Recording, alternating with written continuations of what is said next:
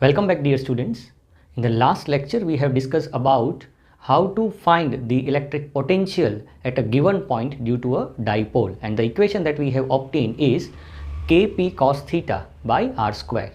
Right, so that is a very easy that was a very easy derivation. Okay, now in that case we were having two charges. Now in this topic we have multiple charges, so that is potential due to a system of charges. तो यहाँ हमारे पास दो या दो से ज़्यादा charges है, तो उसके लिए इलेक्ट्रिक पोटेंशियल क्या होगा? तो it is as simple addition. Right, अगर आपके पास लेट से एक मार्कर है और इसका कुछ मास है लेट से 10 ग्राम, और इसमें मैं दूसरी मार्कर ऐड करता हूँ और 10 ग्राम, तो ये हो गया 20 ग्राम, और एक मार्कर को ऐड कर देता हूँ तो ये हो जाएगा 30 ग्राम. राइट, अगर कोई और मार्कर ऐड कर दी जो मेरे पास 5 ग्राम की है तो ये हो गए हमारे पास 35 ग्राम. इसको निकाला, राइट, तो 5 ग्राम कम हो गई. इसको ऐड करके फिर से इसको निकाला, 10 ग्राम कम हो गए. राइट, तो सिंपली पोटेंशियल भी ऐसे ही ऐड करना है, क्योंकि पोटेंशियल है वो स्केलर क्वांटिटी है. तो एक सिंगल चार्ज के लिए जो हमारी इक्वेशन है पोटेंशियल के लिए वो क्या है? कि Q बाई आर. कोई भी सिंगल चार्ज है, लेट से मेरे पास चार्ज Q है, तो डिस्टेंस R पर कोई पॉइंट P है, तो वहाँ पोटेंशियल क्या बनेगा? KQ बाई आर. अगर मैं दूसरा चार्ज लाता हूँ, लेट से ये R1 है, तो ये बनेगा KQ1 बाई R1. राइट, तो यहाँ लेट अस एज्यूम कि हमारे पास Q1 चार्ज है R1 डिस्टेंस पर. अभी जो दिया है सिर्फ R1P नहीं, अभी R1 लेते हैं. तो Q1 चार्ज है वो कहाँ है हमारे पास? पॉइंट P से R1 डिस्टेंस पर. तो यहाँ पोटेंशियल क्या बनेगा? KQ1 by R1 due to this charge.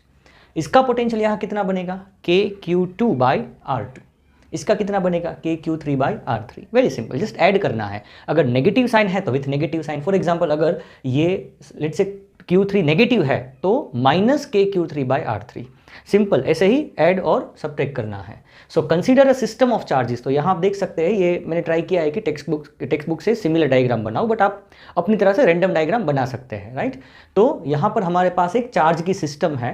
Right, और ये जितने भी चार्जेस है, राइट, वो सारे कोई एक कार्टेशियन कोऑर्डिनेट सिस्टम है. फॉर एग्जांपल जैसे यहाँ ओरिजिन है, तो हमारा जो पॉइंट P है वो यहाँ पर है और Q1 चार्ज यहाँ है. राइट, तो Q1 चार्ज का जो ओरिजिन से उसका पोजीशन वेक्टर है वो R1 है, और इन दोनों के बीच का जो डिस्टेंस है 1 और P के बीच का वो R1P है. राइट, Q1 की जो ओरिजिन के रिस्पेक्ट टू पोजीशन है वो R1 है, और P और Q1 के बीच का जो डिस्टेंस है, शॉर्टेस्ट डिस्टेंस, डिस्प्लेसमेंट, वो R1P है. सिमिलरली Q2 चार्ज है, उसका ओरिजिन से जो डिस्टेंस है या पोजीशन वेक्टर है वो R2 है, और पॉइंट P जो ओरिजिन पे हो भी सकता है, नहीं भी हो सकता है, कहाँ भी हो सकता है, तो पॉइंट P और Q2 के बीच का जो डिस्टेंस है वो है R2P. Similarly for other charges. So consider a system of charges Q1, Q2 up to Qn. वैसे हमारे पास n चार्जेस है जिनके position vectors R1, R2, right, relative to some origin. Okay, जो यहाँ नहीं दिखाया है, यहाँ सिर्फ पॉइंट P और चार्जेस के बीच का डिस्टेंस दिखाया है.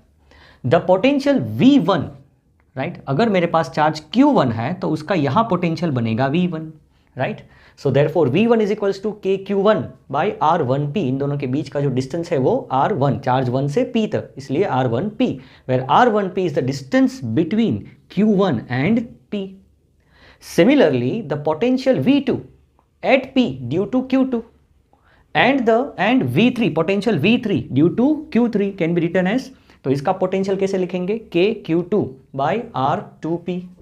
सिमिलरली V3 का पोटेंशियल कैसे लिखेंगे? KQ3 divide by R3P.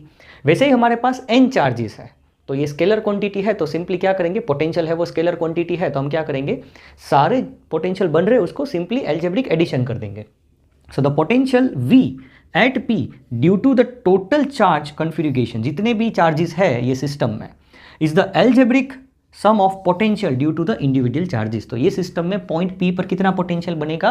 The potential will be the algebraic sum of potential due to the individual charges. हर एक चार्ज का जितना पोटेंशियल है उसका एल्जेब्रिक सम, पॉजिटिव है तो पॉजिटिव, नेगेटिव है तो negative. Therefore V1 is equals to V1 plus V2 up to Vn. तो एक चार्ज का है KQ1 बाई R1P, दूसरे का है KQ2 बाई R2P. वैसे ही चार्ज बढ़ते जाते हैं. nth चार्ज है जो उसका है KQn बाई RnP. राइट, यहाँ कोई आप nth चार्ज ले लो तो उसका डिस्टेंस हो जाएगा RnP, और ये चार्ज है वो Qn है हमारा. ओके, सो यहाँ आप देखिए K सब में से कॉमन आ जाएगा, तो अंदर क्या बचेगा? Q1 by R1P, Q2 by R2P, ये अंदर बचेगा. तो अभी देखिए ये क्या हो रहा है, यहाँ ये जो चार्ज Q1 और R1P, Q2 बाई R2P, ये सारे टर्म से उसका सम्मेशन हो रहा है. तो के की जो वैल्यू है 1/4 पाई एप्सिलॉन नॉट, के की क्या वैल्यू है 1/4 पाई एप्सिलॉन नॉट, तो यहाँ से हमने कॉमन निकाल दी। अंदर ये सारे टर्म्स का समेशन बचा, तो हर एक टर्म्स पर आप फोकस करो, ये मैं इरेज कर देता हूँ। तो हर एक टर्म्स पर अगर आप फोकस करते हैं तो जो पहली टर्म है वो है Q1/R1P, उसके बाद कोई लेट से nth टर्म है तो वो है Qn/RnP। तो यहाँ जहाँ आपको नंबर दिखता है वहाँ I लिख दो, और I की जो वैल्यू है वो 1 2 3 4 अप टू nth तक बढ़ती जाती है, राइट। तो यहाँ नंबर की जगह I, राइट। और यहाँ जो है R1P R2P, तो ये हो जाएगा RIP, राइट। हमें क्या करना है, I की जो वैल्यू है वो 1 से लेके nth तक चेंज करनी है और उसका सम करना है। ये जो साइन है वो समेशन की है, तो पहले I की जगह आप 1 रख दीजिए, तो ये हो जाएगा 1/R1P। फिर I की जगह आप 2 रख दीजिए, तो यहाँ हो जाएगा Q2/R2P, प्लस R की जगह 3 लिख दीजिए, तो R3Q3/R3P, राइट। तो ये उसका मतलब हो गया। तो QI/RIP, I क्यों लिखा है, I जो है वो नंबर को रिप्रेजेंट करता है और उसकी जो वैल्यू है वो 1 से लेके n तक चेंज होती है। तो ये सारे टर्म्स को, इतनी सारी टर्म्स है उसको ये पार्ट रिप्रेजेंट करता है।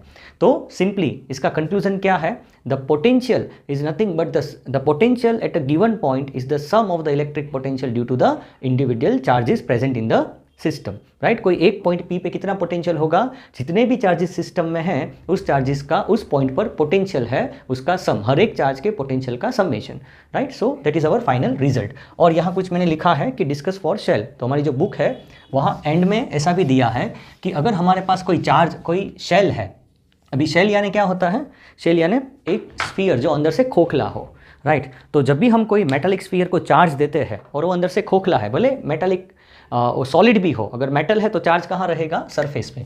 तो सारा जो इसका चार्ज है वो रहेगा सरफेस पे, right. So let us assume ये जो चार्ज है वो Q है और इसका जो रेडियस है वो R है। इसके सरफेस पे चार्ज कितना है Q, रेडियस कितना है R। तो अंदर के पॉइंट पे जो इलेक्ट्रिक फील्ड है वो 0 हो जाएगा, बट इलेक्ट्रिक पोटेंशियल 0 नहीं होगा।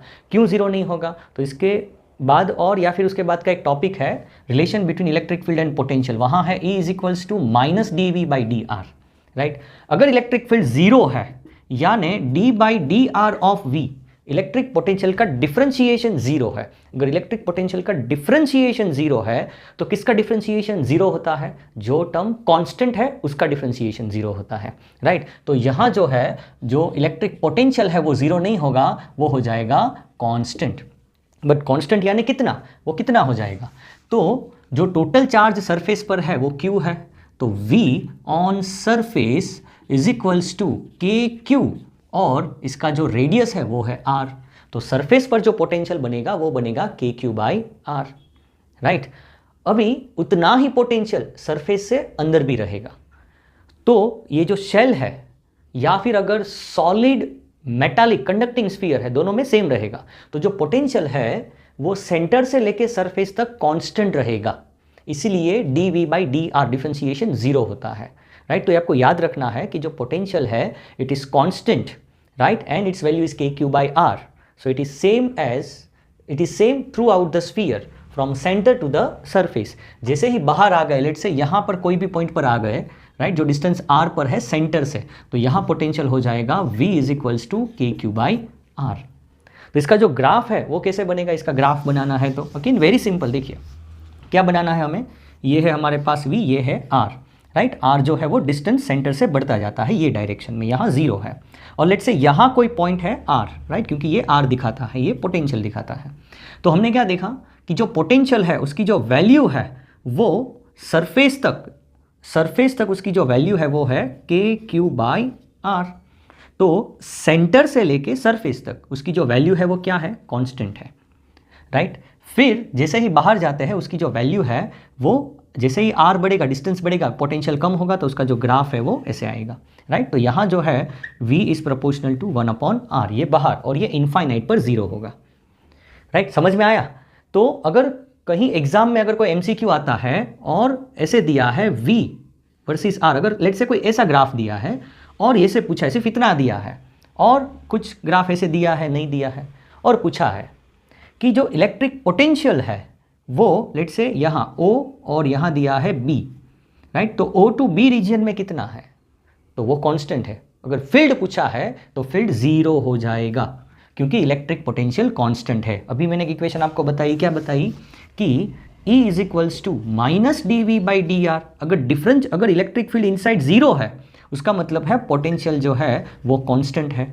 तो जहां आपको पोटेंशियल के लिए सीधी लाइन दिखती है वहां जो है इलेक्ट्रिक पोटेंशियल कांस्टेंट है और इलेक्ट्रिक फील्ड है वो जीरो है, राइट। और इलेक्ट्रिक फील्ड और पोटेंशियल के बारे में कहीं सारी चीज़ डिस्कस करनी है, बट जैसे ही टॉपिक आएगा हम डिस्कस करेंगे। जहां टॉपिक का नाम भी बता देता हूँ, relation between electric field and potential, तो वहां हम डिस्कस और ज़्यादा करेंगे।